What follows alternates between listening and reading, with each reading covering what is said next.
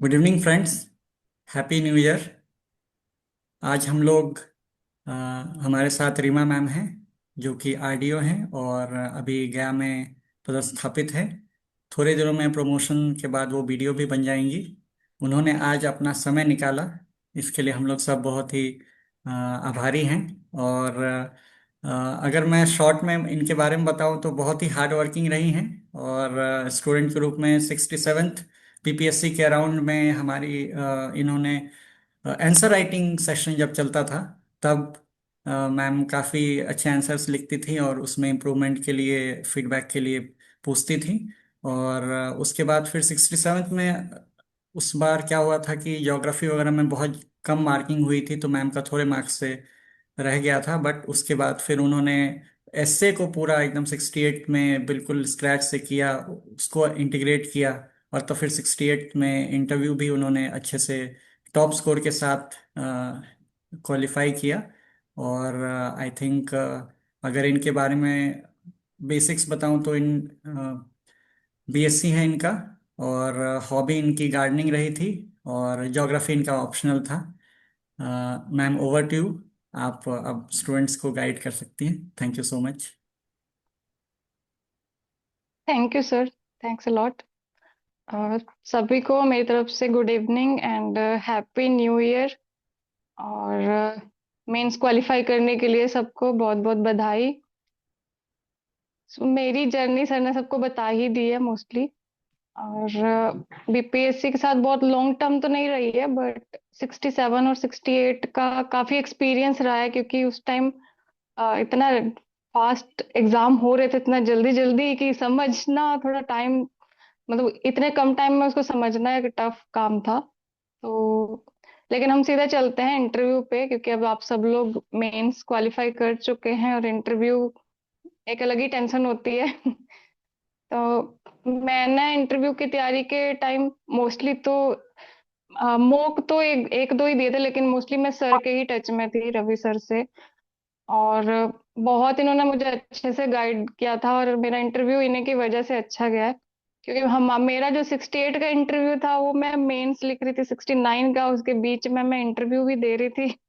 तो इस टाइप से था हौच पौच। तो अभी बहुत अच्छा टाइम है, आप लोग बहुत अच्छे से प्रिपेयर करें।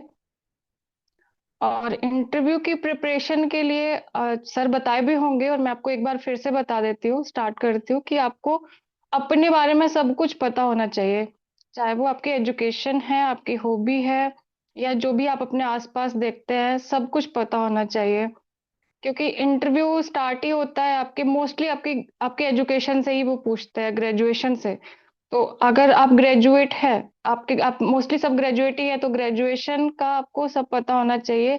जिस यूनिवर्सिटी जिस कॉलेज से आपने किया है उसका बैकग्राउंड आपको बहुत अच्छे से पता होना चाहिए।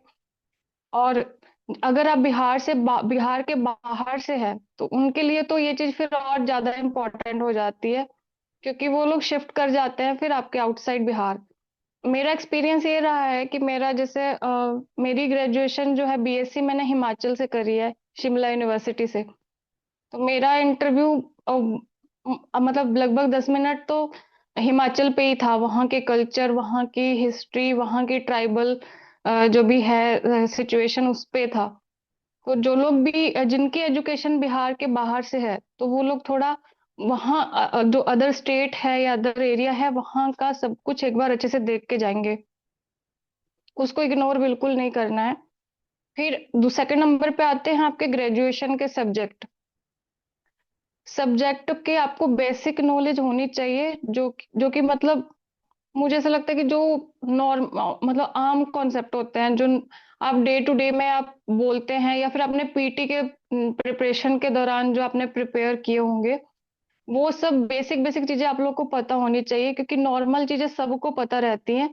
इंटरव्यूअर उसके बारे में मतलब पूछ लेते हैं, उनको आइडिया रहता है। जैसा कि मेरा बीएससी था, तो मेरे से सीधा जो मेरे चेयरमैन सर थे उन्होंने ग्रेजुएशन के बारे में पूछा, और वो भी पूछ ही रहे थे, तो सेकंड मेंबर सीधा शिफ्ट हो गए कि कार्बन डेटिंग क्या होती है। तो इस टाइप से वो शिफ्ट हो जाते हैं आपके सब्जेक्ट पे। तो इसलिए आप लोग को ये चीज ध्यान में रखनी है कि जो बेसिक कॉन्सेप्ट है वो आपको पता होनी चाहिए। आप वहां पे ब्लैंक नहीं हो जाएं। ये एक चीज है। सेकंड नंबर पे आती है आपकी हॉबी। हॉबी तो कोई डिनाई नहीं कर सकते हैं आप। हॉबी मतलब बीपीएससी का इंटरव्यू का एक फेवरेट टॉपिक है। हॉबी पे वो क्वेश्चन हमेशा रहते हैं उनके। तो जैसे मेरी सर ने बताया गार्डनिंग हॉबी रही है, तो उससे मेरे को बहुत सारे क्वेश्चन पूछे गए थे। और वो पूछते ही हैं मोस्टली वो हॉबी पे। कोई ना कोई एक पैनल मेंबर हॉबी के बारे में पूछेगा ही। तो हॉबी जो भी आप प्रिपेयर करें, उसके बारे में आपको पता होना चाहिए, क्योंकि हॉबी में अगर आप इधर उधर करेंगे तो वो नेगेटिव हो जाता है। हॉबी को आप डिनाई नहीं कर सकते। और वो अगर हम झूठ बोलते हैं या फिर हम अपना बना के बोलते हैं तो वो पकड़ लेते हैं। वो सीधा बोल देंगे अच्छा आपको ये नहीं पता है। तो वो फिर आप नर्वस हो जाएंगे। तो ये है कि आपको अपने हॉबी पे अच्छे से वर्क कर लेना है। जैसे कि मॉक इंटरव्यू आप लोग देते ही हैं तो वहां इस टाइप के क्वेश्चन पूछे ही जाते हैं। तो हॉबी को डिनाई नहीं करिएगा। उसके बाद आते हैं हमारे पोस्ट प्रेफरेंसेस। पोस्ट प्रेफरेंसेस जो फर्स्ट 5 आप लोग भरे होंगे, उसके बारे में अच्छे से देख के जाना है। ऐसा मतलब वो आप उनके पास, मुझे नहीं लगता कि ऐसा डेटा रहता है कि आपने क्या क्या डाला है। वो आप ही से पूछेंगे कि आपने क्या पोस्ट प्रेफरेंस दिया है। और फिर वो पूछ देते हैं। जैसे मुझसे मेरा थर्ड पोस्ट प्रेफरेंस पे क्वेश्चन पूछे गए थे। तो पोस्ट प्रेफरेंस जो भी आप लोग भरे होंगे, फर्स्ट 5 मेरे हिसाब से आप लोग अच्छे से देख के जाइएगा। उनके बारे में, उनका थोड़ा सा काम क्या होता है।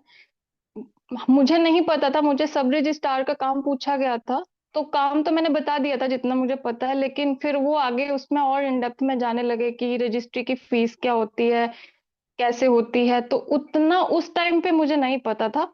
तो उसमें मैंने सॉरी बोला था, तो मुझे नहीं लगता कि सॉरी उस टाइम मेरा कोई नेगेटिव गया होगा। क्योंकि उस टाइम हम नए थे तो नहीं पता, चीजें पता नहीं होती हैं उतना इन डेप्थ में। वो तो जब आप काम करते हैं तभी समझ में आता है। लेकिन हमें हाँ पता होना चाहिए, कम से कम पता होना चाहिए कि पोस्ट क्या है और हम लोग इसमें क्या करेंगे। थोड़ा सा बेसिक बस। और उसके बाद बारी आती है आपके करंट अफेयर वाले पार्ट की। करंट अफेयर के क्वेश्चन जो भी मतलब मोस्ट हॉट टॉपिक चल रहे होंगे उसी पे ही पूछे जाते हैं। ऐसा कोई मतलब बहुत पुराना इस टाइप से तो नहीं पूछा जाता है।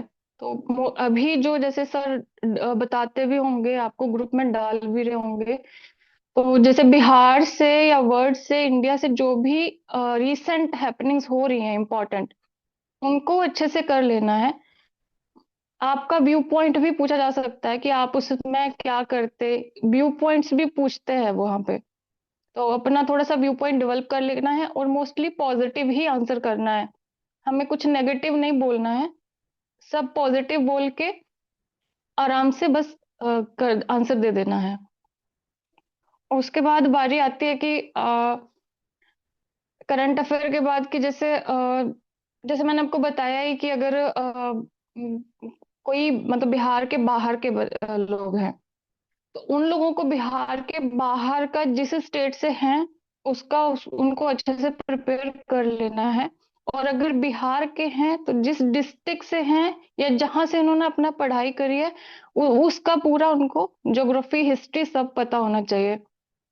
ऑप्शनल पे हम चलते हैं तो ऑप्शनल चूंकि अब उतना लोग नहीं पढ़ रहे हैं। हाँ, मेरा ज्योग्राफी ऑप्शनल था तो बहुत इन डेप्थ वहां पे नहीं पूछे जाते हैं, कॉन्सेप्ट्स वगैरह उतना नहीं पूछा जाता है। जो बेसिक पीटी वाली चीजें होती हैं जैसे नदियों के बारे में, माउंटेन्स के बारे में, यही मतलब जो नॉर्मल नॉर्मल चीजें हैं जो हम मेनली एटलस में करते हैं ना, वही वही चीजें वहां पे पूछी जाती हैं। तो उस लेवल का हमें तैयार कर लेना है। उसके बाद हम चलते हैं सब्जेक्ट, क्योंकि कुछ पैनल ऐसे हैं जो सब्जेक्ट स्पेसिफिक और फैक्चुअल चीजें बहुत पूछते हैं। तो सब्जेक्ट में जैसे पॉलिटी है, तो पॉलिटी के आर्टिकल्स याद कर लेने हैं, डायरेक्टली पूछे जाते हैं। मुझसे पूछे गए थे आर्टिकल्स कैग का, फाइनेंस कमीशन का, फंडामेंटल राइट, इस टाइप से। फंडामेंटल डीपीएसपी का आर्टिकल्स, ये सब पूछे जाते हैं कि कौन से आर्टिकल के अंडर आता है। तो आर्टिकल्स एक बार अच्छे से देख के जाने हैं, भूलना नहीं है। भूल गए अगर वहां पे, हालांकि उतना कोई वो नहीं होता है, कुछ ऐसे नेगेटिव नहीं है। थोड़ा सा खुद को हम नर्वस हो जाते हैं कि हम इतना छोटा सा चीज हमें याद नहीं आ रहा है।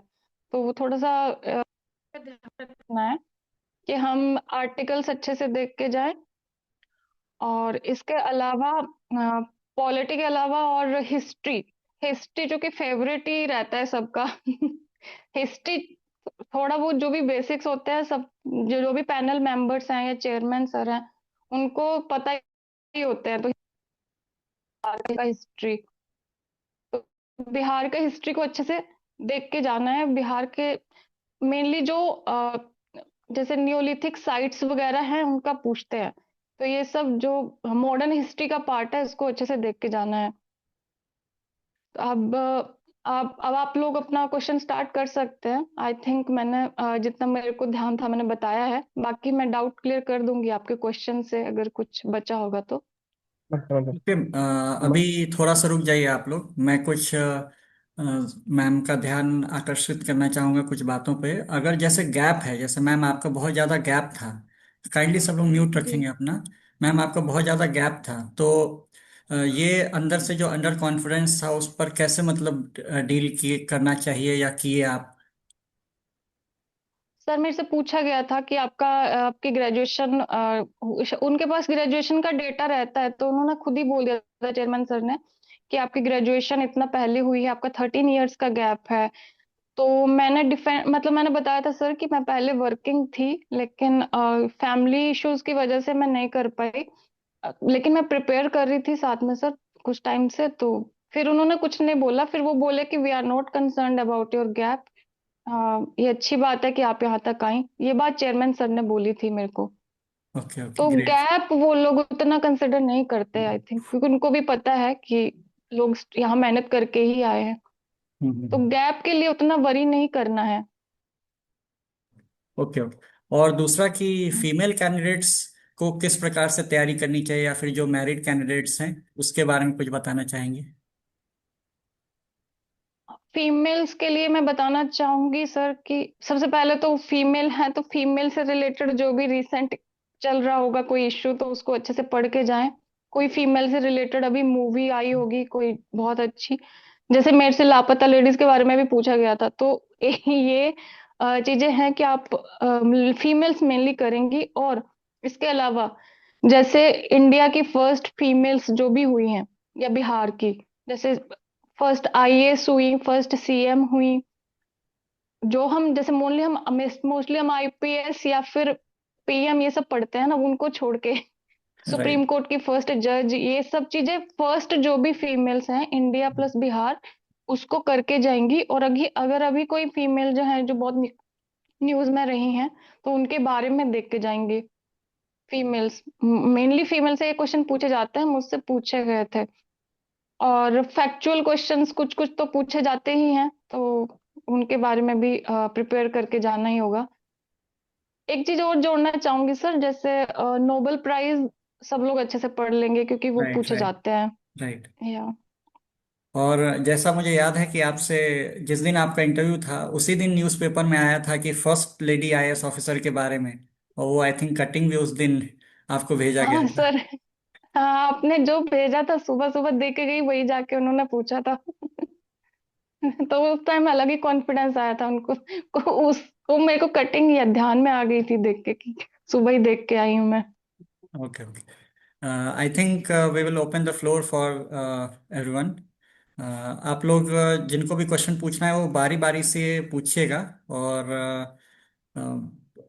बाकी लोग म्यूट रहिएगा, ठीक है? Good evening ma'am.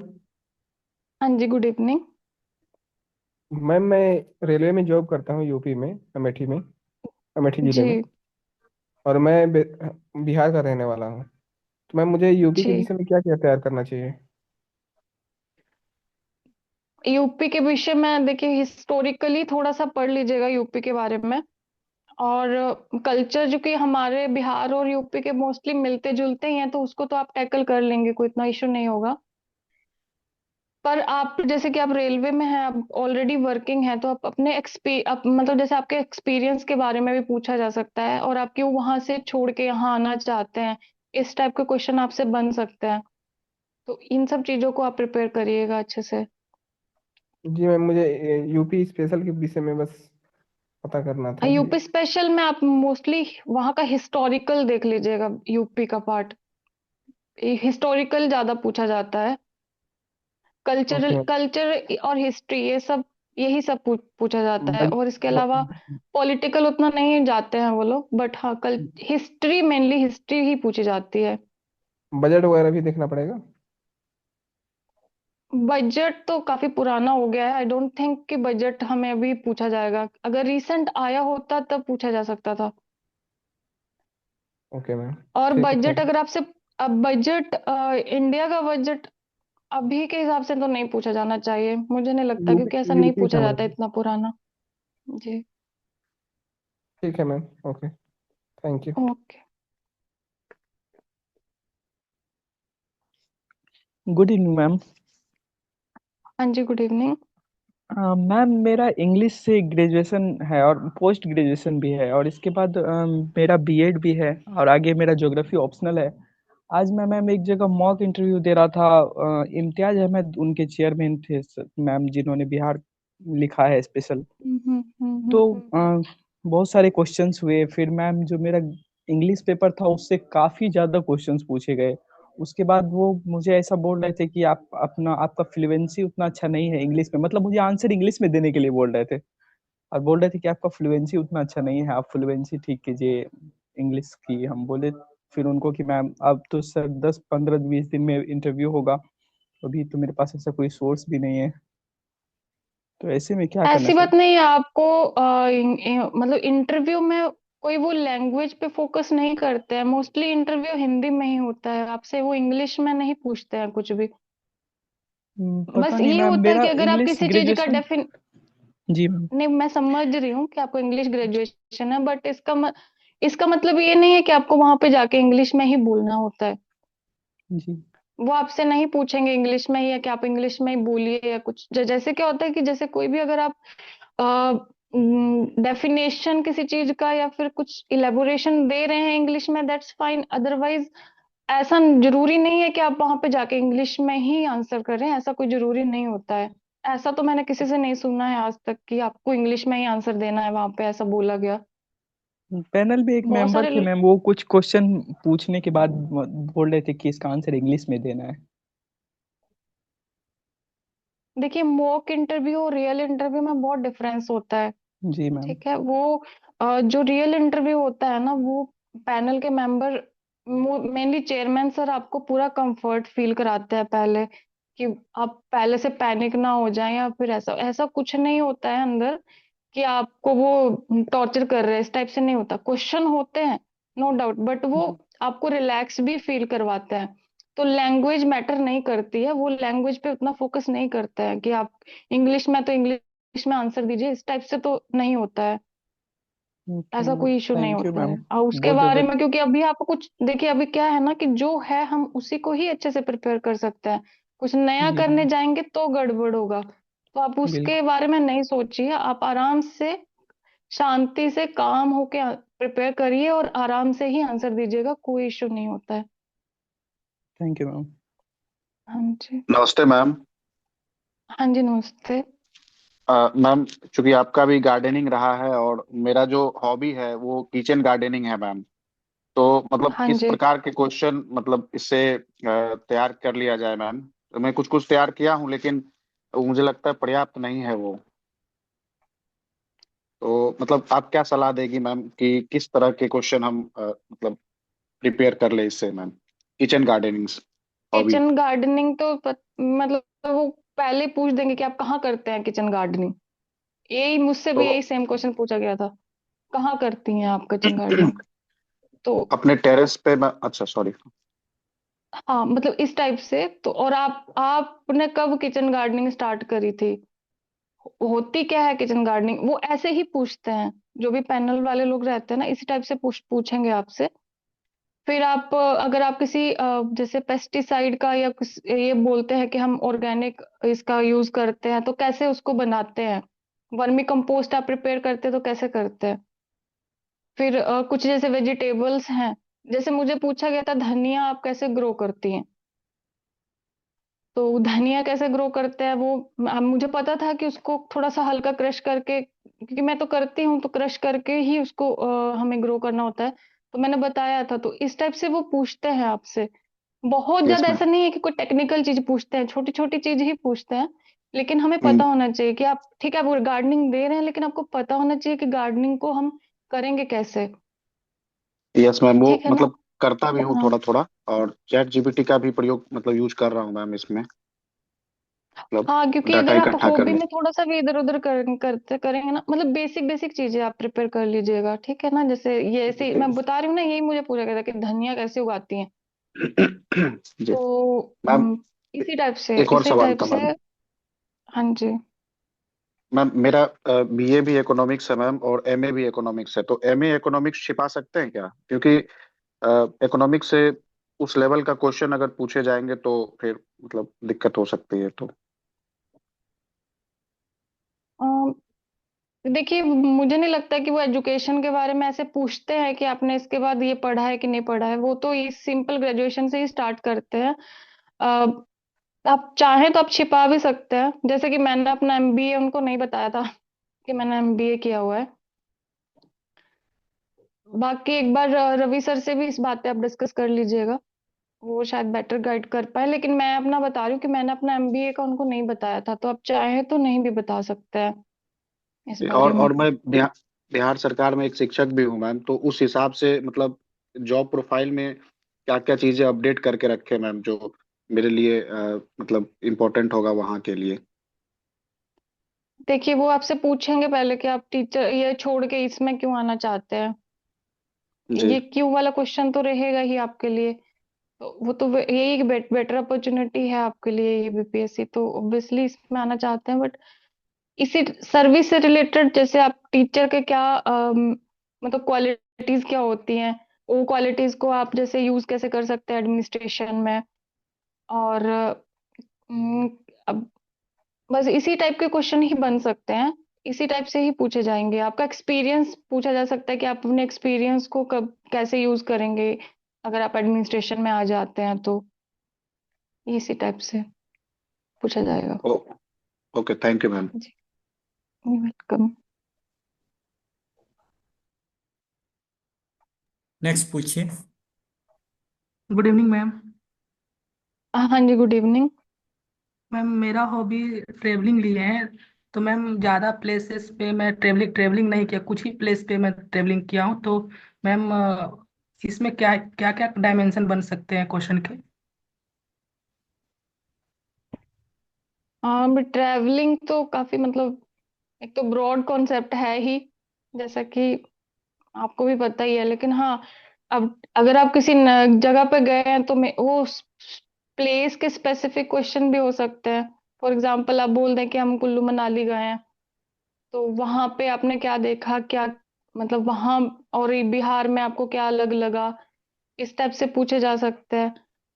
यस। और हाँ, तो ट्रैवलिंग अगर आप हॉबी दे रहे हैं तो उसको जिस प्लेस पे आप गए हैं उनके बारे में थोड़ा देख लीजिएगा, उनको बिहार से रिलेट करके कंपैरिजन में भी पूछा जा सकता है। मैम जो यूट्यूब और पे जो ट्रेवलिंग ब्लॉग होता है, क्या वो हेल्प कर सकता है? देखना ठीक रहेगा, जो ट्रेवलिंग ब्लॉग जो यूट्यूब पे रहते देखिए, जिस प्लेस पे आप रियल में गए होंगे ना उसी का ही देखिएगा। अदरवाइज कहीं भी आप एबीसीडी जगह का आप देखेंगे और जिसके बारे में आपको जरा भी पता नहीं है, तो वो बैकफायर भी कर सकता है। कुछ ऐसा चीज पूछ दिए वो आप नहीं पकड़ पाए, तो वो हो सकता है ना। जैसे हैं। फॉर एग्जांपल मैं मनाली का बताती हूँ। मनाली का माल रोड बहुत फेमस है। और अब माल रोड के बारे में अगर आप कुछ भी नहीं बता पाए उनको, तो पकड़े जाएंगे ना यस। कि हाँ। तो इस टाइप से नहीं करिएगा कि आपको मतलब आप खाली वीडियो देख के अपना हॉबी बना रहे हैं, वो फिर नेगेटिव भी हो सकता है। तो जिस प्लेस पे आप घूमे हैं, जहाँ का आपको थोड़ा बहुत आइडिया है, बाकी उस प्लेस के बारे में पढ़ लीजिए, देख लीजिए, तो वो आपको हेल्प करेगा। ओके मैम, थैंक यू हाँ मैम। जी, वेलकम। Good evening ma'am. हाँ जी, गुड इवनिंग। मैम मैंने ग्रेजुएशन सिविल इंजीनियरिंग से किया है, तो जैसा अभी तक मॉक दिया है उसमें टेक्निकल जैसे अर्थक्वेक रेसिस्टेंट बिल्डिंग कैसे बनाते हैं और सब पूछा जाता है, उसमें कितना टेक वर्ड यूज करना सही रहेगा? देखिए, इंजीनियरिंग से तो क्वेश्चंस रहते ही हैं। मतलब बेसिक बेसिक उन लोगों को भी पता होते हैं इंजीनियरिंग के, क्योंकि वो लोग इतना टाइम से इंटरव्यू ले रहे होते हैं। तो जितना भी बेसिक कॉन्सेप्ट है, आप उसको अच्छे से कर लीजिएगा। प्लस इंजीनियरिंग का सबसे फेवरेट उनका क्वेश्चन होता है कि आपके फर्स्ट ईयर में कितने सब्जेक्ट थे। तो ये सब चीजें भी देख लीजिएगा कि आपने क्या क्या सब्जेक्ट कौन से सेमेस्टर में पढ़े हैं। और टेक्निकली बहुत ज्यादा जाने की जरूरत नहीं है। वो आपको वहां पे वो कुछ ऐसे न्यूमेरिकल या ये सब कुछ बनवाएंगे या करवाएंगे, मुझे नहीं लगता ऐसा कुछ होगा। बट हाँ, जो बेसिक्स होते हैं, जो मतलब नॉर्मली कोई पूछ सकता है, या उनमें से हो सकता है उन्हीं में से पैनल से कोई हो इंजीनियर में भी, तो तब आप मतलब टेक्निकली वो ज्यादा पूछे तो हो सकता है। अदरवाइज बहुत इन डेप्थ में तो नहीं जाते हैं इसके भी क्वेश्चन, इंजीनियरिंग के भी। मैम जैसा कि ट्रांसक्रिप्ट में देखा गया है कि वो पूछते हैं famous infrastructure in Bihar Patna और फिर मैम वर्ल्ड, तो इसमें डिटेल में भी जाते हैं क्या?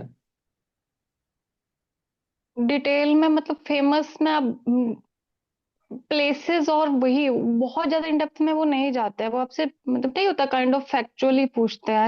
ऐसा नहीं पूछते हैं। मुझे लगता है कि कैसे बना है। अब आप इंजीनियरिंग बैकग्राउंड के हैं तो मे भी पूछे, बट अदरवाइज ऐसा बहुत ज्यादा ऐसा नहीं होता है कि वो उसी को खोदें कि आप इसमें क्या है क्या नहीं है। बट हाँ, फैक्चुअली आपको पता होना चाहिए। मेरा दूसरा सवाल है मैम, ये हॉबी के जी। रिगार्डिंग। मेरा हॉबी सेल्फ हेल्प बुक्स को पढ़ना है मैम, लेकिन 2 मॉक दिए हैं, उसमें से किन्होंने भी नहीं पूछा है, तो मैम इसको तैयार कैसे करें? क्या है, सॉरी, आपका हॉबी बुक्स पढ़ना? Reading self help books self help books? Ma'am, और भी बुक ओके। पढ़ना है हॉबी, लेकिन ये ज़्यादा इजी हॉबी लग रहा है और एक स्पेसिफिक डायमेंशन में है, तो ज़्यादा अच्छे से प्रिपेयर कर पाऊंगा, इसीलिए मैंने सोचा यही दे दो। तो सेल्फ हेल्प बुक्स पहले होती क्या है, वो कैसी होती है, क्या होता है उसमें? क्योंकि मतलब मैंने भी काइंड लग रहा है कि पहली बार ही मैम ऐसा कुछ जस्ट सुना लाइक है। Ma'am self motivational help. Books. हाँ, समझ गई मैं, लेकिन वो पूछेंगे ना आपसे कि ये कौन सी बुक्स होती हैं, कौन सी आपने रिसेंट पढ़ी है। और फिर उसके ऑथर के बारे में पूछा जा सकता है। और मतलब कौन कौन सी आपने पढ़ी हैं, इस टाइप से वो पूछते हैं। बुक्स के बारे में तो वो पूछ लेते हैं। मोटिवेशनल तो हर मतलब मोस्टली बुक्स, बहुत सारी बुक्स ऐसी हैं जो मोटिवेशन देती हैं हमें। तो अगर आप ऐसे कुछ बता रहे हैं तो, या फिर वो अपनी तरफ से ही बोल देंगे ये बुक आपने पढ़ी है क्या। ठीक है, जैसे तो इसलिए आप, अगर आप स्पेसिफिक बुक्स जो भी पढ़ रहे हैं या फिर आप दे रहे हैं, तो उन बुक्स के बारे में, उनके ऑथर के बारे में और उसका जो भी क्रक्स है ना, उसको ध्यान में रखिएगा। Okay ma'am. क्योंकि वो लोग भी पढ़े रहते हैं, तो वो पूछ बुक्स क्या है तो वो पूछ देते हैं कि ये बुक्स में क्या है, या फिर ये किसने लिखी है। Yes ma'am. ठीक है। हाँ, तो ये सब चीजें ध्यान में रखिएगा। मैम एक और क्वेश्चन पूछ सकता हूँ क्या? हाँ जी, हाँ जी, पूछिए। मैम ये कामनेस जैसा कि आपके वॉइस में है, विथ फ्लो, ये कैसे लाया जाए मैम? ये कभी कभी मेरा वर्ड लैक हो जाता है, टूट जाता है। देखिए, इंटरव्यू से पहले बहुत डर होता है। हम भी ऐसे ही थे जैसे कि आप हैं। आप चाहें तो सर से पूछ सकते हैं। लेकिन धीरे धीरे आपको कामनेस लाना पड़ेगा, अदरवाइज आप पैनिक हो जाएंगे। सबसे पहले कि अपने ऊपर भरोसा रखिए। ये ऐसा नहीं सोचना है कि मुझे नहीं आएगा या मैं नहीं कर पाऊंगा, ये तो आने ही नहीं देना है मन में। और पैनिक नहीं होना है, आराम से बोलना है, सोच समझ के बोलना है, पॉज ले लेके बोलना है जो भी बोलिएगा। और डरना नहीं है। और मेन बात है कि दूसरे को देख के नहीं डरना है। ये ज्यादा होता है कि आप दूसरे को देख रहे हैं तो ज्यादा डर रहे हैं, ऐसा नहीं करना है। आराम से बोलना है, धीरे धीरे, सब अच्छा ही होता है। ओके मैम, काम थैंक तो यू। रहना है, इंटरव्यू वाले दिन काम रहना है। मैम पहले भी एंट्री रहना है, टाइम लेकिन में उस एक दिन तो इशू और होता है। ज्यादा रहना है। मैम एक जी। इशू जो हमने देखा है, एंट्री टाइम में इशू रहता है, वो जो जाने से मे आई कम इन सर से बैठने तक को लेकर, और जो पहला क्वेश्चन पूछते हैं हाँ, तब, उसके बाद फिर मैं ठीक हो जाता हूँ। अब वही होता है, ये सबके साथ होता है। तो आराम से जाना है, स्माइल करते हुए जाना है, सबको विश करना है और पूछ के बैठना है। अगर वो लोग नहीं बोलते हैं आपको बैठने के लिए, तो आपको पूछ के बैठना है। और फिर आराम से स्माइल के साथ उनके क्वेश्चंस के आंसर करने हैं। कोई क्वेश्चन अगर आपको नहीं आ रहा है तो आराम से सॉरी बोल सकते हैं, उसमें कोई नेगेटिव नहीं होता है। बोल देना है सॉरी सर, मैं ये नहीं रिकॉल नहीं कर पा रही हूँ, मैं पा रहा हूँ, मैं देख लूंगा सर इसको एक बार, ऐसे करके आप आराम से भूल के नेक्स्ट क्वेश्चन वो खुद ही शिफ्ट कर देते हैं, फिर ऐसा कुछ कोई दिक्कत नहीं होता है। सॉरी बोलने में कोई इशू नहीं होता है। ऐसा नहीं सोचना है कि हमें कोई फैक्चुअल क्वेश्चन नहीं आ रहा है तो हम मतलब नेगेटिव जाएगा हमारा सॉरी बोलना, तो इससे इससे सॉरी से फर्क नहीं पड़ता है। बस जो भी आंसर करिए वो कामली करिए, ऑनेस्टली करिए, और वहां डरिए नहीं, उनको लगना नहीं चाहिए कि आप डरे हुए हैं। बस ऐसा है। और कुछ भी नेगेटिव नहीं बोलना है, पॉजिटिवली ही आंसर देना है, चाहे वो कितना कुछ भी बोल लें। ओके। जी। नेक्स्ट पूछिए।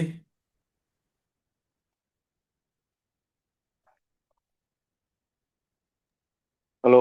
नमस्ते मैम, सेम सवाल था मैम। मतलब हाँ जी। आता जब नहीं आता है तब तो थोड़ा डर लगता ही है, जब आता है तो लगता है कि अरे बहुत अच्छे से बोल देंगे। गड़बड़ वही हो जाती है मैम कि आर्टिकुलेट नहीं कर पाते हैं, कौन चीज कहाँ रखना है, कब बोलना है। उस हेजिटेट मतलब एक्साइटमेंट में पूरा गड़बड़ हो जाता है मैम। और ये बात कमजोर पॉइंट आपकी पहले सही है। बोल देते हैं जी। और अच्छे मजबूत पॉइंट बाद में बोलते हैं, मतलब एक तरह से खिचड़ी हो जाता है। वही चीज जो पहले का सवाल है मैम, कि मैं भी देखा हूँ कि बड़े बड़े अधिकारी चाहे कोई भी मुसीबत आ जाए, अपना काम और कंपोज्ड वो नेचर नहीं खोते हैं। वो शांति से अपना बैठे हैं चाहे जो हो जाए। ये चीज को मैम कैसे लाना है कि भाई मतलब उतना वो चीजें अंदर कितने भी कोताहल हो, बाहर शांत रहना है, ये चीज नहीं आ पा रहा है मेरे में। बहुत इसको लेकर के प्लीज गाइड कीजिए मैम। सर भी। देखिए ये ऐसे तो ये प्रैक्टिस से ही आता है। मैं तो आपको सजेस्ट करूंगी कि आप मॉक दीजिए, दो चार दीजिएगा तो आपको प्रैक्टिस होगा। और दूसरा, काम रहने के लिए मिरर प्रैक्टिस एक बताए होंगे सर, या मैं भी बता रही हूँ। अगर आप कुछ भी आपको लग रहा है कि आप होच पोच कर रहे हैं ना, पहले आप आईने के सामने खड़े हो जाइए और खुद से बोलिए। धीरे धीरे आप में ना खुद से वो एक स्टेबिलिटी आने लगेगी। और क्या होता है ना कि हम जब डरे रहते हैं ना, और कभी कभी क्या होता है कि जो चीज हमें कुछ ज्यादा आती है हम बहुत अग्रेसिव हो जाते हैं कि हाँ भाई हम फटाफट बोल देते हैं। वैसा कुछ नहीं करना होता है इंटरव्यू में। आराम से बोलिए। चाहे आप पॉजिटिव, नेगेटिव तो खैर इंटरव्यू में बोलना ही नहीं है। जो भी पॉजिटिव है आराम से सोच के बोल, आप पॉज ले सकते हैं। इंटरव्यू में ऐसा नहीं होता है कि आपको फटाफट ही सब कुछ बोलना है। आप आराम से बोलिए। मैं जैसे अभी बोल रही हूँ ना, मैंने इससे भी शायद और शांत होके इंटरव्यू में बोला था। मैंने कोई भी फटाफट ऐसे ऐसे स्पीड नहीं पकड़ी थी। और बहुत बार मैंने सॉरी भी बोला था क्योंकि बहुत सारे आंसर्स मुझे नहीं आ रहे थे फैक्चुअल। तो उससे मुझे नहीं लगा, मुझे अच्छा ही मार्क्स मिले थे, कोई उसमें नेगेटिव नहीं हुआ था। तो इसके लिए थोड़ा सा आपको करना पड़ेगा। और अगर आप ज्यादा पैनिक हो रहे हैं तो क्या करना है ना कि जैसे आप शूज तो पहनते ही हैं, तो आपको अपना पैर के जो थंब होते हैं ना, आप उसको हिलाते रहिएगा। तो आपका जो भी वो डरने वाला एनर्जी है ना, वो पैरों में चला जाएगा और वो किसी को दिखेगा भी नहीं। तो ये आपको ना एक काम रहने में हेल्प करेगा। मेरे को ये हेल्प किया था स्टार्टिंग में। ठीक है। तो इसमें डरना नहीं है इंटरव्यू में। और मैं वही बता रही हूँ ना कि दूसरे को देख के तो और नहीं डरना है, कॉन्फिडेंस रखना है आप अपने ऊपर कि मुझे आता है। लेकिन हाँ, हड़बड़ी नहीं करनी है, आराम से ही बोलना है वहां पे। क्या होता है ना, इंटरव्यूअर आपके अंदर का अग्रेसिवनेस देखना चाहते हैं कि आप क्या आपके मुंह से गलत निकल जाए और वो पकड़ ले। ऐ- ऐसा होता है। तो ऐसा नहीं करना है। जैसे कि मेरे से क्वेश्चन पूछे गए थे ऑनेस्टी पे। जैसे डीवाईएसपी मेरा था प्रेफरेंस फर्स्ट, तो उन्होंने पूछा था ऑनेस्टी पे, क्वेश्चन पूछे थे। तो वो ये कि ऑनेस्टी ऐसे है वैसे है, बहुत चीजें उन्होंने ऑनेस्टी से ही पूछी मेरे को। लेकिन मैं अपना उसी पे रही, नहीं सर मेरे अकॉर्डिंग यही होता है सर। मैंने तीन चार बार उनको सेम ही आंसर दिया था। लेकिन वो सर मुझे बहुत बार उसको, मतलब वो चाह रहे थे कि मैं कुछ उल्टा बोलूं और फिर वो पकड़ ले उसको। तो वैसा नहीं करना है, काम से होके आपको बोलना है सर मेरे को यही सही लगता है, यही चीज है। तो ऐसे आंसर करना है वहां पे जाके। ये नहीं होना कि वो चाह रहे हैं कि आप ये बोल दो तो आप शूट कर दो कि हाँ सर ऐसे है ऐसे है। ठीक है। वैसे नहीं करना है, आराम से कामली सोच के आंसर करना है। Yes ma'am. I thank you hope ma'am. कि आप समझे होंगे। हाँ, यस मैम। जी। Thank you.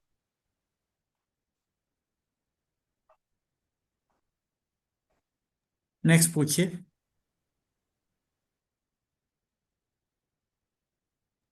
काफी लोग अभी तक कोई भी डाउट नहीं पूछे हैं। अभिषेक, रिहा, शालिनी।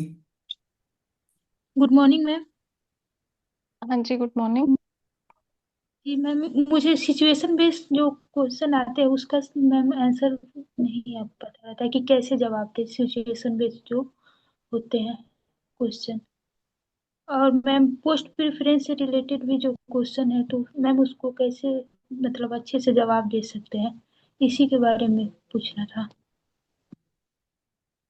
देखिए, जो सिचुएशन बेस्ड क्वेश्चन होते हैं ना, उसका आपको एक पॉजिटिव ही आंसर देना पड़ेगा। ठीक है, जैसे कि जी फॉर एग्जांपल आपसे पूछ लेंगे कि आप बीइंग ए फीमेल, अगर आप इसमें एडमिनिस्ट्रेटिव सर्विस में आती हैं तो आप क्या करेंगी, फीमेल के लिए आप क्या करेंगी। ठीक है, या फिर आप कुछ ऐसे क्वेश्चंस होते हैं जो वो पूछ सकते हैं, तो कामली आंसर कर देना है कि हम फीमेल से स्पेसिफिक। जैसे फॉर एग्जांपल अगर आप सोचते हैं कि अब आपसे पूछ लिया उन्होंने कि अगर ठीक है आपने डीवाईएसपी रखा है फर्स्ट पोस्ट प्रेफरेंस, तो आप बीइंग ए फीमेल, आप फीमेल के लिए क्या करेंगी। इसी टाइप के जी क्वेश्चन वो लोग पूछते हैं। तो इसका ऑनेस्टली आंसर दे देना है कि हम फीमेल के लिए सर, मैं अ, उनकी बेटरमेंट के लिए, और मैं एक अप्रोचेबल रहूंगी, चाहे वो एडमिनिस्ट्रेटिव जॉब है, चाहे वो पुलिस वाली जॉब है, मैं अप्रोचेबल रहूंगी फीमेल्स के भी और अदर उसके भी, उनका प्रॉब्लम को सुनूंगी अच्छे से। अप्रोचेबिलिटी जो है एडमिनिस्ट्रेटिव सर्विस में एक बहुत इंपॉर्टेंट एस्पेक्ट होता है। तो पब्लिक, मैं अप्रोचेबल रहूंगी सबसे, उनको सुनूंगी। और जो भी फीमेल रिलेटेड इश्यूज होते हैं मेनली, जैसे कि बहुत सारी प्रॉब्लम्स हैं जो जीविका के थ्रू भी सॉल्व होती हैं। जीविका में जन सुनवाई वगैरह होता है, तो सर मैं वहां जाके फीमेल की प्रॉब्लम को सुन के उनको प्रॉब्लम को सॉल्व करने का कोशिश करूंगी सर। इस टाइप से आप इसको आंसर दे सकती हैं, और उसको मतलब इतना बना के देना कि कुछ नेगेटिव नहीं जाए। बहुत ज्यादा भी नहीं बोलना जी है, बहुत कम भी नहीं बोलना है, बस 2-3 लाइन 4 लाइन में बोल के आराम से पॉजिटिवली आंसर दे देना है। और रही बात आपकी सर्विस प्रेफरेंस की, तो सब सर्विस प्रेफरेंस की हायरार्की मैंने बताया ना, हायरार्की जैसे सर शायद आपको बताए होंगे, जैसे जो भी आपने चार फर्स्ट 4 या 5 जो प्रेफरेंस है उनका एक बार हायरार्की आप अच्छे से देख लीजिएगा। हायरार्की पे पूछा जा सकता है कि इसकी क्या हायरार्की होती है। उसके बावजूद उनका थोड़ा बहुत काम के बारे में कि ये पोस्ट में इसमें काम क्या होता है, ये चीज जी देख मैम। लेना है। ठीक है, और इसके अलावा और जी हाँ, पूछिए। जी मैम, और मुझसे जो क्वेश्चन में मैम जो कारण पूछते हैं लोग, तो मैम एक कारण दो कारण बाद मुझे मेरा माइंड में नहीं आता है और कारण है, तो मैं उसमें पॉज लेकर भी सोच सकती हूँ मैम, दो कारण बताने के बाद भी। हाँ, पॉज आप ले सकते हैं, लेकिन बहुत ज्यादा लंबा पॉज नहीं लेना है। और पॉज लेंगी भी जी ना तो ऐसा नहीं करना है कि ऐसे ऊपर देखने लगे, आंखें इधर उधर, वैसा नहीं, उधर सामने ही उनको देख के ही जो भी सोचना है सोचना है। ठीक है। जी मैम। जी मैम, थैंक यू। हाँ, क्योंकि अगर आप आंखें इधर उधर करने लगे ना तो फिर वो नेगेटिव हो जाता है। कभी कभी होता है ना, हम लोग सोचते सोचते थोड़ा ध्यान ऊपर चला गया, तो उस टाइप से नहीं करना होता है। जी मैम। आराम से सोचना है। पॉज आप ले सकती हैं, बट बहुत लंबा पॉज नहीं होना चाहिए, 5 सेकंड से ज्यादा नहीं करना है, 10 सेकंड से, तो फिर वो दिक्कत हो जाती है। ये मैम अगर 5 सेकेंड में नहीं याद आ रहा है तो बोल सकते हैं कि सॉरी तो सर, सॉरी मैं फिर बोल अभी। सकते हैं, सॉरी सर मैं अभी इतना ही रिकॉल कर पा रही हूँ। ठीक है, तो कोई जी। दिक्कत नहीं होती है। जी थैंक यू मैम। और लोग अपना डाउट्स पूछें। प्रियेश, राजेश, गुड कुछ इवनिंग हेलो। Doubt ma'am. है? हेलो हाँ सर। जी, गुड इवनिंग। मैम मुझे ये पूछना था कि जब हम एंट्री लेते हैं तो फिर हम ग्रीट कैसे कर सकते हैं, जो मेंबर्स होते हैं उनको वन बाय वन करना है या फिर एक ही बार में सबको कर सकते हैं। हाँ नहीं, ग्रीट आपको 1 बाय 1 करना पड़ेगा सबको। आप गुड मॉर्निंग जो, या फिर जैसे भी प्रणाम या नमस्ते जो भी आप करना चाहते हैं, पहले आप चेयरमैन सर को करेंगी, उसके बाद जो अदर पैनल मेंबर रहते हैं उनकी तरफ देख के उनको विश करेंगी। उसके बाद अगर वो आपको बैठने को बोलते हैं तो ठीक है, अदरवाइज उनसे पूछ के तब आप बैठेंगी चेयर पे। सॉरी मैम इंटरप्ट करने के लिए। मैम यही सबको जी। एक एक करके ग्रीटिंग करने में मैम ये कॉन्फिडेंस नहीं आता है। नहीं तो ये कॉन्फिडेंस थोड़ा आपको लाना पड़ेगा, क्योंकि ये करना पड़ता है, हमने भी किया है। और ये मतलब ट्रेंड ही है बीपीएससी का, ऐसे ही होता है, आप किसी से भी पूछ लीजिएगा, वो आपको करना होगा। आप चेयरमैन सर से स्टार्ट करेंगे और बारी बारी सबको, क्योंकि वो चेयरमैन सर भी वन अमंग देम उनमें से होते हैं, एक होते हैं वो सेम ही सब लेवल के होते हैं, बस उनमें से एक चेयरमैन होते हैं। तो इसलिए आपको पहले चेयरमैन सर को विश करके सबको बारी बारी से विश कर देना है उनकी तरफ देख के, किसी को हेलो निगलेक्ट मैम। नहीं होना कि आप उनको निगलेक्ट कर रहे हैं। Okay ma'am, thank you. Hello नमस्ते मैम। आवाज आ रहा है क्या?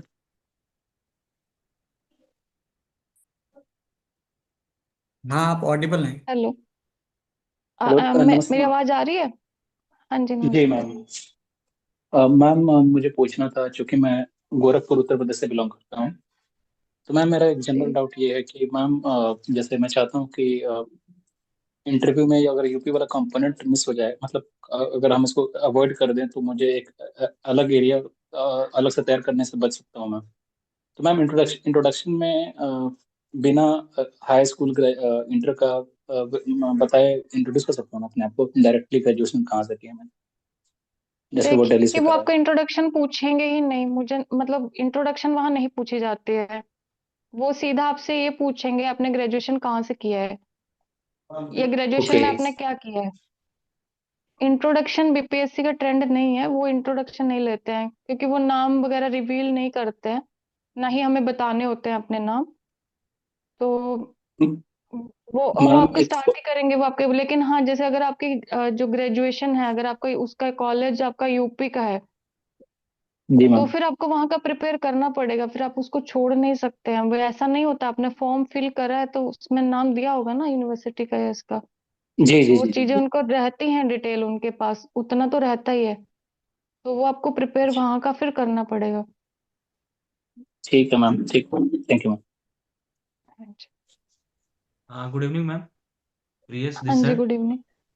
जी। मैम ये जी पूछ रहा बताइए। हूँ कि जैसे कि इंटरव्यू जब समाप्त हो जाती है तो उस टाइम ग्रीटिंग का क्या प्रक्रिया होना चाहिए? इंटरव्यू जैसे समाप्त बोलते होने हैं के कि बाद जब आप आप एक जा बार सकते हैं उसके बाद। सबकी तरफ देख, चेयरमैन सर से स्टार्ट करके और सबकी तरफ देख के एक बार थैंक यू सर बोल के आप आराम से आ सकते हैं वापस, कोई इशू नहीं है उसमें। वहां पे आपको 4 बार थैंक यू करना नहीं होता है, एक ही बार आप सबकी तरफ एक बार देख के और थैंक यू बोल के आप आ जाएंगे बाहर। Okay ma'am. जी।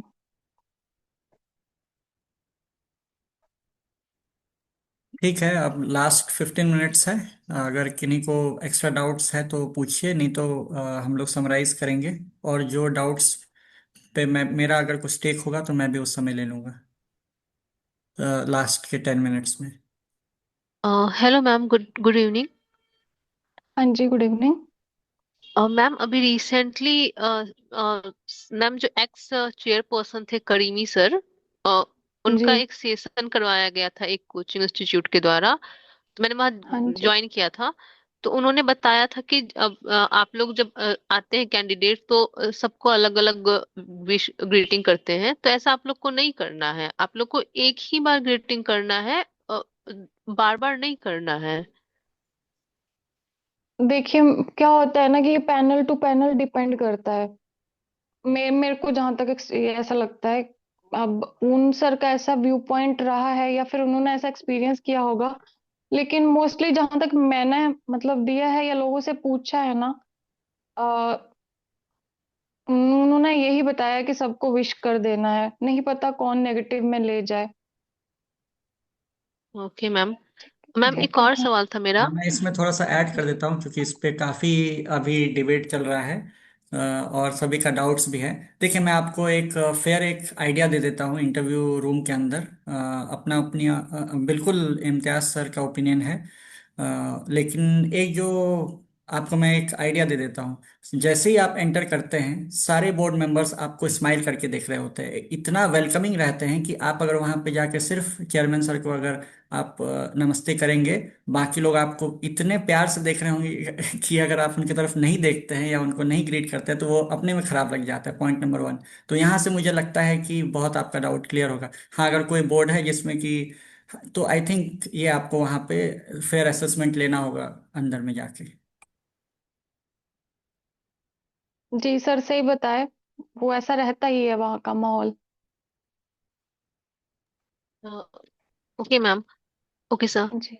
मैम एक और सवाल था मेरा कि अभी हाँ जी। मैम मैंने एक मॉक दिया था तो उसमें सर ने मुझसे ऐसा सवाल पूछा कि डीएसपी सिचुएशन बेस्ड क्वेश्चन था कि आप डीएसपी हैं और हम्म। मान लीजिए महिलाएं आई हैं, इकट्ठा हुई हैं, आपको उन्हें जागरूक करना है, तो आप कौन सा 3 स्लोगन देंगी?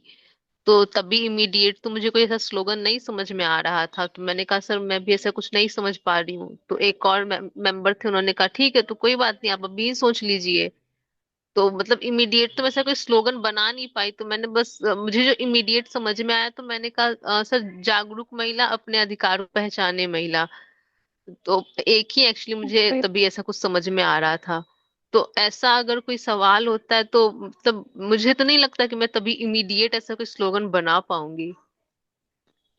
कोई इशू नहीं होता है ऐसे में। उनको भी पता है कि इतना इमीडिएटली आप नहीं बना पाएंगे, कोई भी नहीं बना पाएगा। आप कोई दिक्कत नहीं है, अगर आपको नहीं भी बना ऐसा आंसर दे पाती है तो आराम से आप बोल सकते हैं सॉरी सर अभी मेरे ध्यान में नहीं आ रहा है कुछ। आप बोल सकती हैं इसमें सॉरी, कोई ऐसा इशू नहीं है। बट हाँ, अगर आपसे ऐसा क्वेश्चन पूछा गया है तो थोड़ा सा आप प्रिपेयर कर लीजिएगा इस बारे में, एक दो दो तीन स्लोगन। हाँ, फीमेल से रिलेटेड स्लोगन कर लेना चाहिए रेडी, एक दो दो तीन पूछ भी सकते हैं।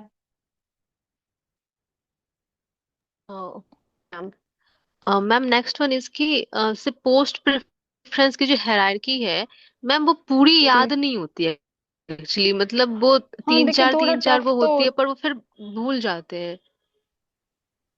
हाँ मैं समझ सकती हूँ, लेकिन ना मतलब कर लेना, क्योंकि वो पूछ देंगे ना वहां पे तो फिर नर्वस हो जाएंगे आप।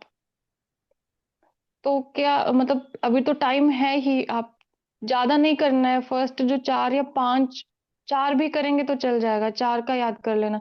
सारी पोस्ट का नहीं करना होता है, जो फर्स्ट तीन चार पांच होते हैं ना, बस उन्हीं का ही पूछते हैं वहां पे। तो ओके फिर मैम। वो थोड़ा सा अब नर्वस हो जाएंगे खुद, कि हमें यही नहीं आ रहा है।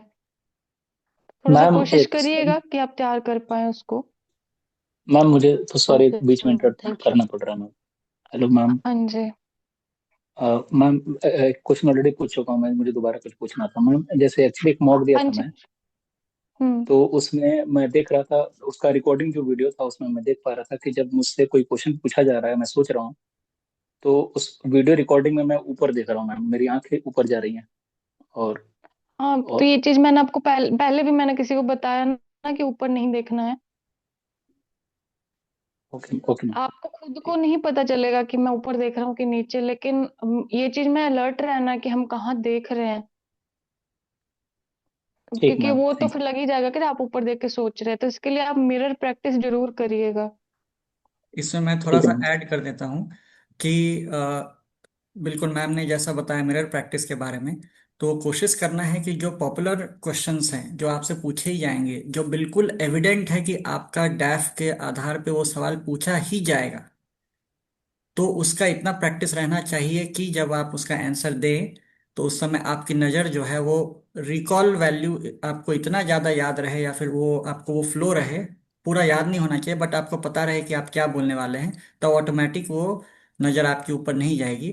पर जब नया सवाल आएगा उस समय आप ऊपर देखने लगे तो चलेगा। तो यही प्रिपरेशन का पार्ट है कि जो आप क्यों सर्विस ज्वाइन करना चाहते हैं, फिर उसके बाद आप अ, अगर हॉबी है तो ये कब तक कब से कर रहे हैं।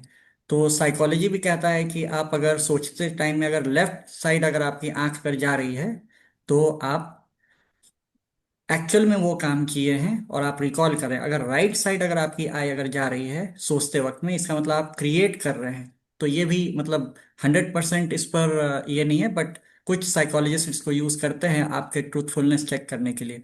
तो अगर आप सोचते वक्त में अगर लेफ्ट साइड इंक्लाइन करें तो एटलीस्ट आप अपने रिकॉल वैल्यू से ही चीजें कर रहे हैं। हॉबी में कुछ नया अगर क्रिएट करें, कहाँ गए थे आप, तो फिर अगर आप नया क्रिएट कर रहे हैं तो हो सकता है, नोटिस किया कभी ऐसे ही आपके लिए एक्सरसाइज है, राइट साइड आपका आंख जो है वो जाने लग जाएगा, तो वो एविडेंट होता है कि अब आप क्रिएट करें मेमोरीज। तो खैर, तो इसीलिए जो चीजें प्रिपेयर्ड है उसको आप बार बार बोलिए, तो आपका जो नजर ऊपर जाने का है वो थोड़ा रिड्यूस हो जाएगा, और जो बिल्कुल नया सवाल आएगा वहां पे फिर आप ऊपर देखकर थोड़ा बहुत बोल के, लेकिन घबरा मत जाइएगा कि अब हम ऊपर देखने लग गए तो इसके बाद इंटरव्यू खराब हो जाएगा।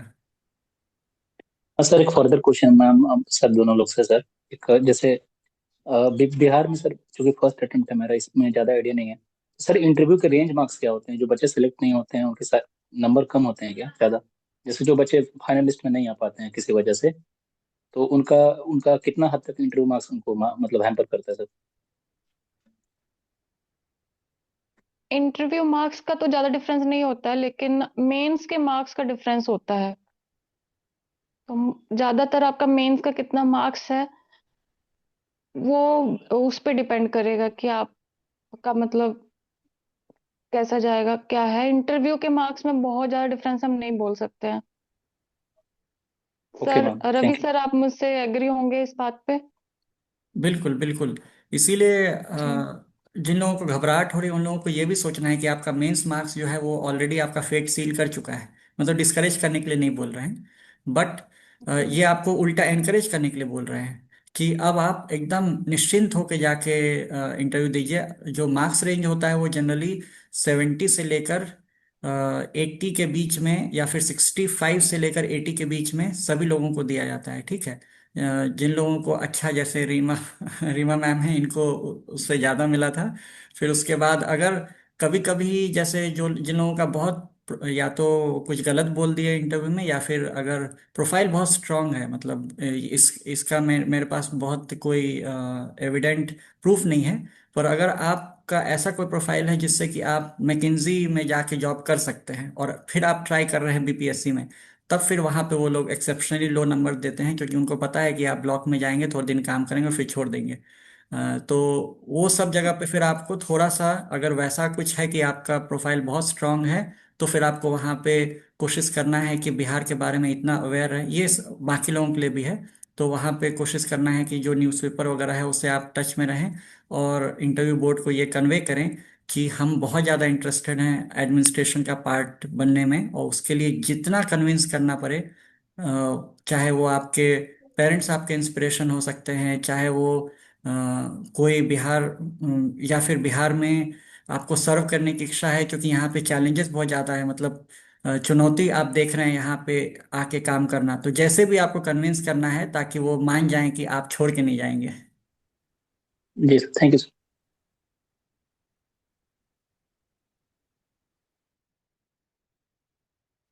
मैम एक आइडियल पर्सनालिटी के बारे में क्वेश्चन था मैम, कि आइडियल क्या अपने फादर को आइडियल रख सकते हैं या फिर कुछ और आइडियल रखना जरूरी है? ऑब्वियसली आप रख सकते हैं। पेरेंट्स से आइडियल और कौन हो सकता है हमारे लिए? एक मैम वो आप किसी सेमिनार में बोल रहे थे कि पेरेंट्स तो सबके ही आइडियल होते हैं, आपको कुछ अलग आइडियल रखना चाहिए। मुझे तो नहीं ऐसा लगता है। अब मेरे लिए भी मेरे फादर आइडियल हैं तो हैं। हम बाहर के लोगों को हम नहीं जानते हैं, तो हम उनको कैसे आइडियल रखें? मतलब मेरा एक पर्सनल व्यू पॉइंट है। जी तो मैम। है, ऐसा कुछ नहीं है कि आपको बाहर का ही किसी को आइडियल बोलना है, ऐसा नहीं है। ओके। आप थैंक यू आराम मैम। से अपने पेरेंट्स को, फादर को, मदर को, या किसी को भी आप आइडियल बता सकते हैं। देखिए, आइडियल जी मैम। जो भी होते हैं, आइडियल उनका फॉलोअप क्वेश्चन क्या होता है? फॉलोअप क्वेश्चन रहता है कि उन आइडियल से क्या आप चीज़ क्या उनसे सीखते आपको हैं। अच्छी लगती है? हाँ, क्या जी चीजें सर। अच्छी लगती है।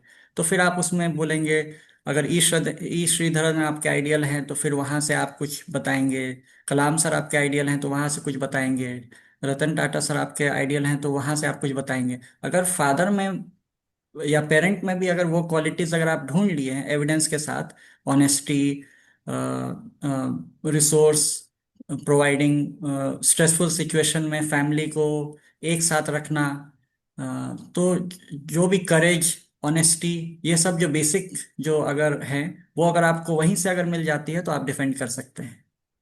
जैसे मेरे फादर से बहुत ज्यादा काम है, तो सर ऐसा बोल सकते हैं कि उनमें कामनेस बहुत ज्यादा है, हाँ, बहुत लेकिन शांत रहते हैं। ये कामनेस जो है एज अ क्वालिटी, मतलब आइडियल्स से हम लोग करेज, ऑनेस्टी, ये सब चीजें, कामनेस जो है वो बिहेवियरल ट्रेट है जो आपको दिखता है।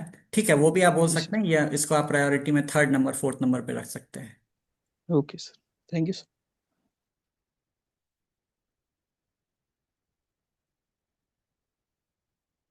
और किन्हीं का डाउट है तो हम लोग अब आई थिंक क्लोजिंग की तरफ जाएंगे।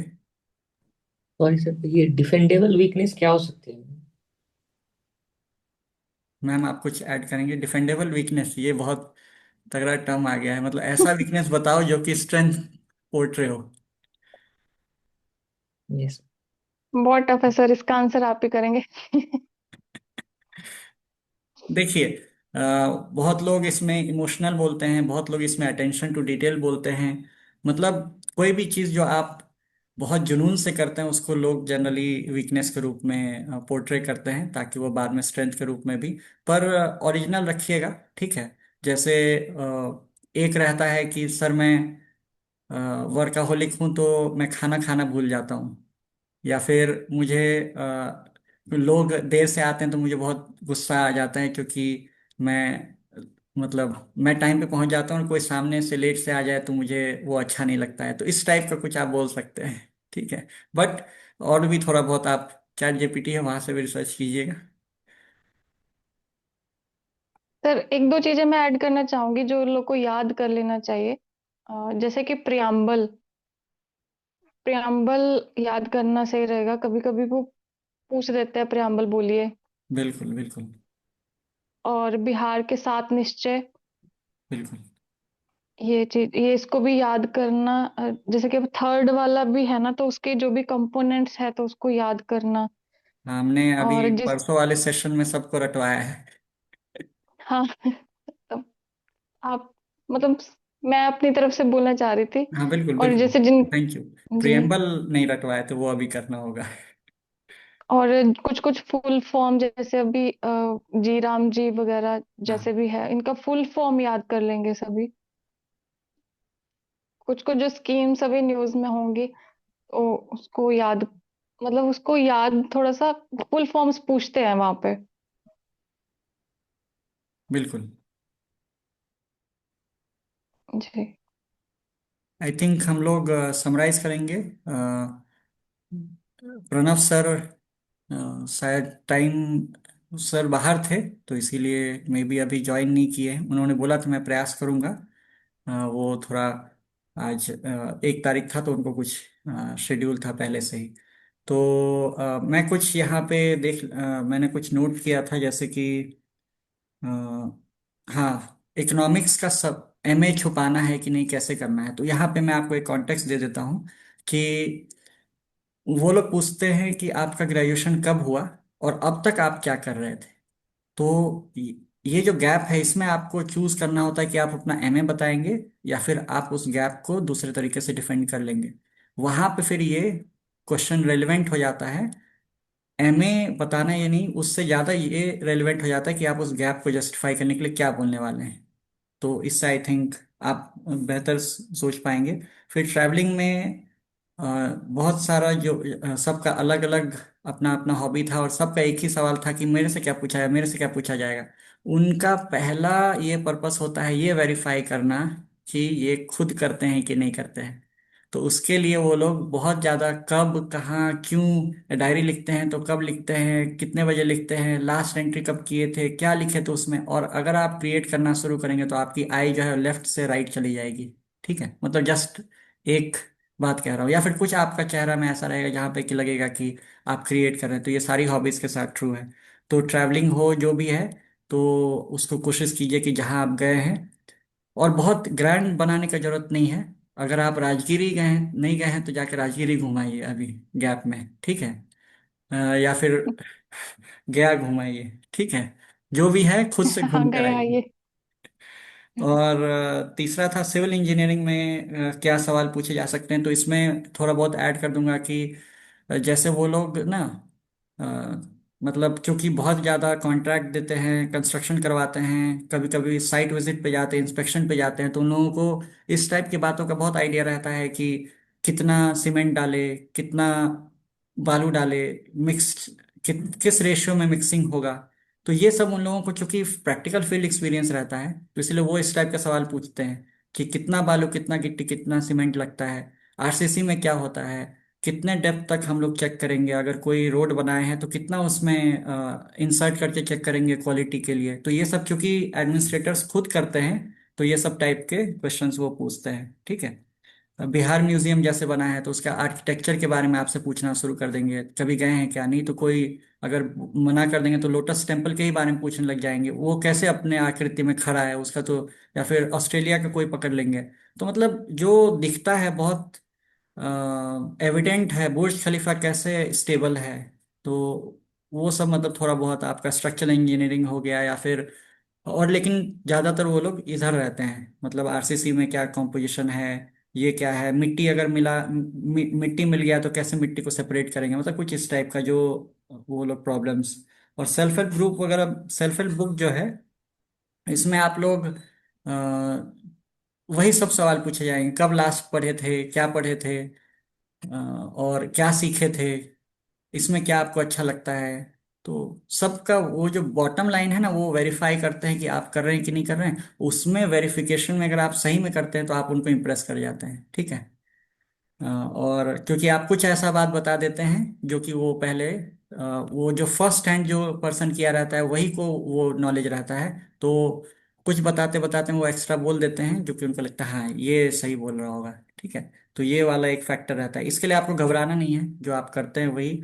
और काम कैसे रहे उसके लिए एक तो तरीका है कि प्रैक्टिस, प्रैक्टिस से का तो कोई सब्स्टिट्यूट नहीं है। ठीक है। बट दूसरा एक है कि इंटरव्यू, कुछ लोगों का था कि हम बाहर खड़े हैं, वो उस समय हार्ट एकदम रेस करने लगता है कि कैसा होगा, अंदर क्या माहौल होगा, बाहर में भी लोगों से डिस्कस हो रहा होता है थोड़ा बहुत, या फिर। तो उसमें क्या है कि आप उस समय दिमाग में एक तो ग्राउंडिंग टेक्निक मैम ने बताया कि टो को हिला के, दूसरा है कि आप अपने बारे में उस समय माइंड में सोचिएगा कि रिकॉल कीजिएगा कि हमसे अंदर जाने के बाद किन 6 एरियाज पे, मतलब आपके दिमाग में कितना भी चल रहा हो, सुबह का आपने न्यूज़पेपर पढ़ लिया हो, ये कर लिया हो, वो कर लिया हो, लेकिन आपको जस्ट घुसने से पहले अगर बहुत पैनिक कर रहे हैं तो बस ये सोचना है क्या पूछ लेंगे अंदर में, खुद से सवाल क्या पूछ लेंगे। 6 ही एरिया से पूछेंगे ना, या तो करंट अफेयर से पूछेंगे, या तो ऑप्शनल से पूछेंगे, या तो ग्रेजुएशन से पूछेंगे, नहीं तो हॉबी से पूछेंगे। तो जब इस तरीके से आप सोचिएगा ये 6 areas, 2-2 minute, 12 minute, interview done, बाहर आ जाएंगे। इस तरीके से कुछ ऑब्जेक्टिव तरीका अगर आप लगाइएगा। और दूसरा, माफी मांगना आना चाहिए। ठीक है। ये सबसे इंपॉर्टेंट चीज है कि लगना चाहिए कि आप प्रयास कर रहे हैं। जब जो लोग फर्स्ट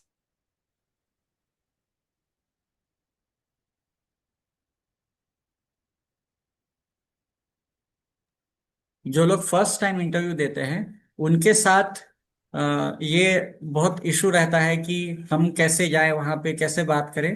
पर उनको टेंशन ज्यादा नहीं लेना है बिल्कुल। आई थिंक हम कुछ बोल रहे थे, फ्लो मेरा अभी टूटा है। अ, किस बात पे थे हम, 6 एरियाज के बाद? ऑब्जेक्टिव अपने आप से अंदर सवाल जाके पूछिए। सर। हाँ हाँ। ओ सॉरी। ठीक है ठीक है, मुझे फिर से याद आ जाएगा तो मैं आपको बता दूंगा। और उसके बाद अप्रोचेबिलिटी वगैरह तो हम ये सब डिस्कस कर देंगे आपके साथ कभी डाउट सेशन में ही। फिर से मुझे अगर रिकॉल होता है मेरा जो फ्लो ब्रेक हुआ था, मैं आप ऐड कर दूंगा। ठीक है। आई थिंक इसके साथ ही हम लोग सेशन के लगभग एंड पे आ गए हैं।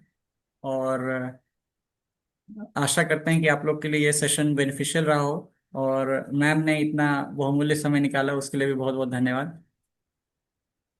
Thank you sir, I hope कि मैं कुछ इन लोग को बता पाई, अच्छे से हेल्प हो पाएगा इन लोग का। आई नहीं, wish all the best. Thank you so much ma'am, आपने आपने बहुत जी। अच्छा सबको बताया है। Thank you so much ma'am, thank you sir. Thank you ma'am. Thank thank you you sir, ma'am, thank thank you. You thank sir. You sir and ma'am. Thank you so much ma'am. Thank you, you are welcome.